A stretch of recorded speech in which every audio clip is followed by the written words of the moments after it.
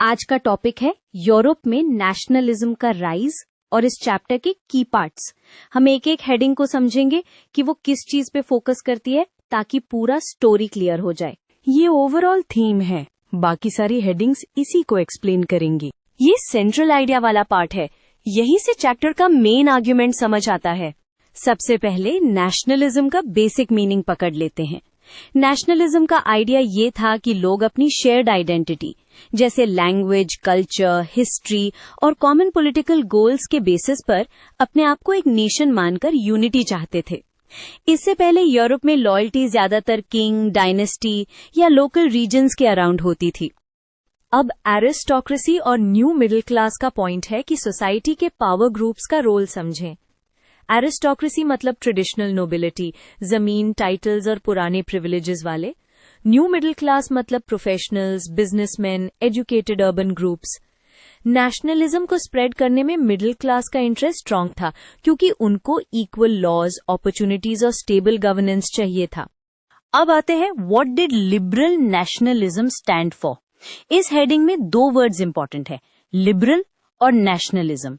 Liberal का focus होता है इंडिविजुअल फ्रीडम्स और रूल ऑफ लॉ पर, तो लिबरल नेशनलिज्म का मतलब नेशन बनाना, लेकिन साथ ही constitution, equality before law, freedom of press और रिप्रेजेंटेटिव गवर्नमेंट जैसे आइडियाज को पुश करना।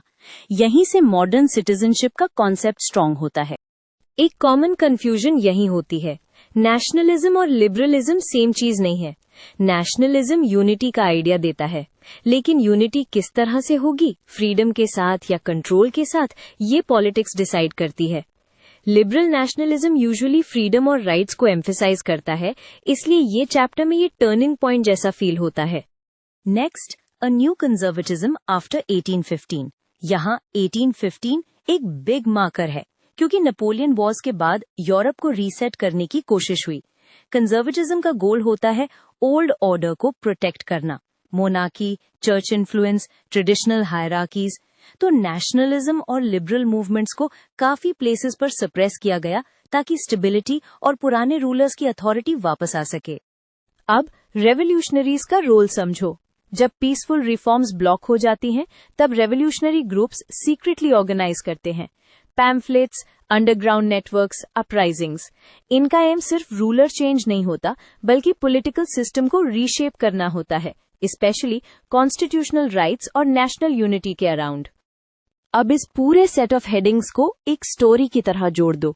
सोसाइटी में ओल्ड एलीट और न्यू मिडिल क्लास के बीच टेंशन, फिर लिबरल नेशनलिज्म का राइज, उसके अगेंस्ट 1815 के बाद कंजर्वेटिज्म का पुशबैक और फिर रेवोल्यूशनरीज का रिस्पॉन्स। इस सीक्वेंस को याद रखोगे तो चैप्टर के एग्जाम्पल्स और इवेंट्स ऑटोमेटिकली सेंस बनाने लगेंगे। क्विक सेल्फ चेक करते हैं। अगर मैं तुमसे पूछूं लिबरल नेशनलिज्म में नेशन और राइट्स का रिलेशनशिप क्या है, और 1815 के बाद कॉन्जर्वेटिव्स किस चीज को रिस्टोर करना चाहते थे, इन दो क्वेश्चंस का आंसर क्लियर है तो समझो हेडिंग्स का कोर मैसेज तुम्हारे माइंड में सेट हो चुका है।